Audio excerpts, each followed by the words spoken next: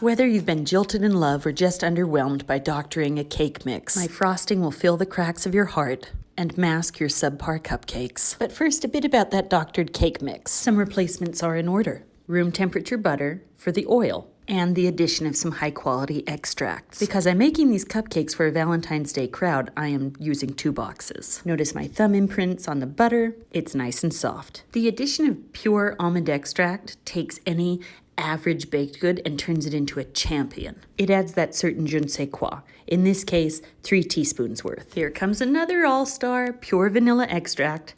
Again, 3 teaspoons. This is what is referred to on the street as doctoring a cake mix. In go 6 eggs, with the calazi removed, that little tough white part that binds the yolk to the egg white. Up next, adding a surprising amount of water, but we're following the box's ingredients, so we have to play by their rules. Next, we blend into oblivion, leaving us with a silky, consistent batter that's ready to go into the cupcake mold. I prefer paper cupcake liners over the tinfoil lined ones, because the foil lined ones I've noticed make the top of the cake and the edge just a bit crispier, and I don't care for that. That's not how I choose to live my life. Also, paper liners really keep cleanup nice and tidy. Here's another life secret.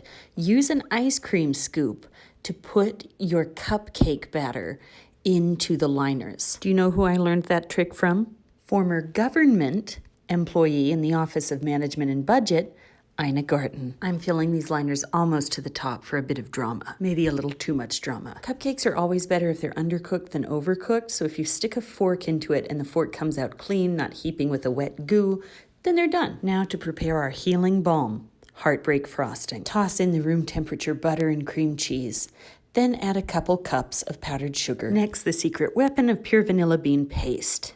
The benefits of vanilla bean without having to slice and scoop out vanilla bean from a pod. Next, our almond extract, followed by vanilla extract. Then you'll violently whip this all together until a sort of lightweight heaven begins to form. Then we squirt in some drama. In this case, some red food coloring. Isn't that oddly soothing and meditative watching that spin around? Once your cupcakes have completely cooled so that there's no threat of your frosting slipping right off the cupcake from any heat, you begin to frost. Decorating is imminent. These are for children, so I wanted to add a little bit of shock and awe with some edible gold powder. This is one of the greatest baking tools I have in my arsenal. It's like Tinkerbell herself came for a visit. For additional panache, I am adding these gummy wild cherries to the top of each cupcake. Because as Mae West pointed out, too much of a good thing can be wonderful. This frosting really forgives all sorts of cake mix sins. It's the dominant flavor in the cupcake.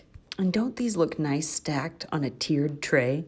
This frosting is heartbreakingly good. Don't forget to subscribe.